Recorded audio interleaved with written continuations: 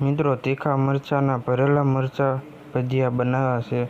વિડીયોમાં આગળ બનાવીશું. તીખા લાગતા હોય ને તો પણ મીઠા જ લાગે એ રીતના મેં મસાલા નાખીને બનાવ્યા છે. કાંઈ ન ઘટે એવો ટેસ્ટને સ્વાદ આવ્યો તો મિત્રો વિડીયોમાં આગળ બનાવી છે. વિડીયો સારો લાગે ને તો એક લાઇક કરી દેજો અને કોમેન્ટમાં જરૂરથી જણાવજો. આગળનો વિડીયો ચેનલ પૂરી નાખું અને બીજી કોમેન્ટ કે તમે ત્યાંથી મારો વિડીયો જોવો છો.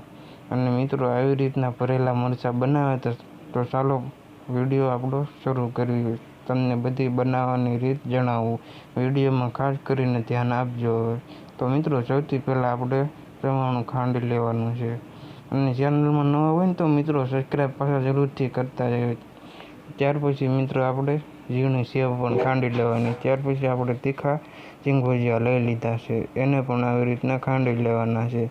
ત્યાર પછી આપણે લસણ ખાંડી લીધું હતું. ત્યાર પછી આપણે મરચાંની રગો હાઈ ક્લાસ બહાર કાઢી લેવાની છે તીખા મરચાંની, અને તેના બી પણ કાઢી નાખજો ખાસ કરીને. પછી આપણે બધા મસાલાને એકદમ મિક્સ કરીને આપણે હાઈ ક્લાસ બધાને મિક્સ કરી લેવાના છે. ત્યાર પછી આપણે સૌથી પહેલાં ખાંડેલું લસણ નાખી દઈશું. ત્યાર પછી વરિયાળી નાખી દઈશું.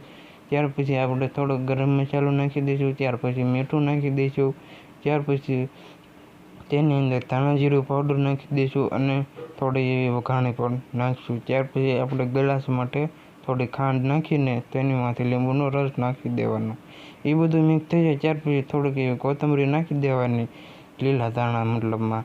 તમે જોઈ શકો છો. એ બધું હાઈ ક્લાસ મિક્સ કરીને એકદમ મસ્તીનો મસાલો મિક્સ કરી નાખવાનો. ત્યાર પછી આપણે એને મરચાંમાં આવી રીતના ભરી લેવાનું. એ ભરાય છે ત્યાર પછી આપણે મરચાંને ચણાના લોટનું બેટર કમ્પ્લીટ થાય છે. પાણી નાખીને તેની અંદર થોડું મીઠું નાખી દેવાનું.